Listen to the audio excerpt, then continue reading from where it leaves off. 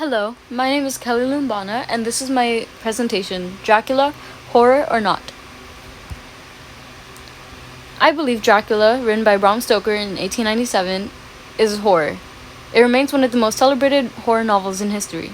Stoker's work is best classified in the genre of horror because of its blend of paranormal activity, psychological suspense, and a scary setting. In this presentation, we'll look at how all these aspects combine to create a horror novel. Paranormal activity is one of the most important components of the horror genre, things that are typically beyond human control. Dracula is filled with supernatural situations, and all of them create fear and suspense. Dracula's unnatural strength creates fear in Harker. The first quote is, "His hand actually seemed like a steel vice that could have crushed mine if he had chosen." This shows how the immense power in Dracula's grip suggests a dangerous entity barely being restrained. The second quote shows Dracula's sharp teeth and its unnatural vitality, making him disturbing. The mouth, so far as I could see it under the heavy mustache, was fixed and rather cruel looking, with peculiarly sharp white teeth. These protruded over the lips, whose remarkable ruddiness showed astonishing vitality in a man of his years.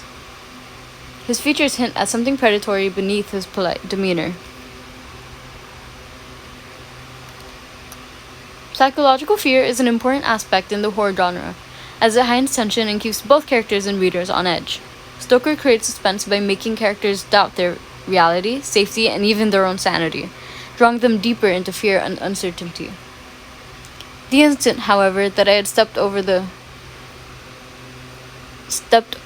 the threshold, he moved impulsively forward and, holding out his hand, grasped mine with a strength which made me wince, an effect which was not lessened by the fact that it seemed as cold as ice, more like the hand of a dead than a living man. Harker's first contact with Dracula is unsettling, and the coldness reinforces the supernatural horror.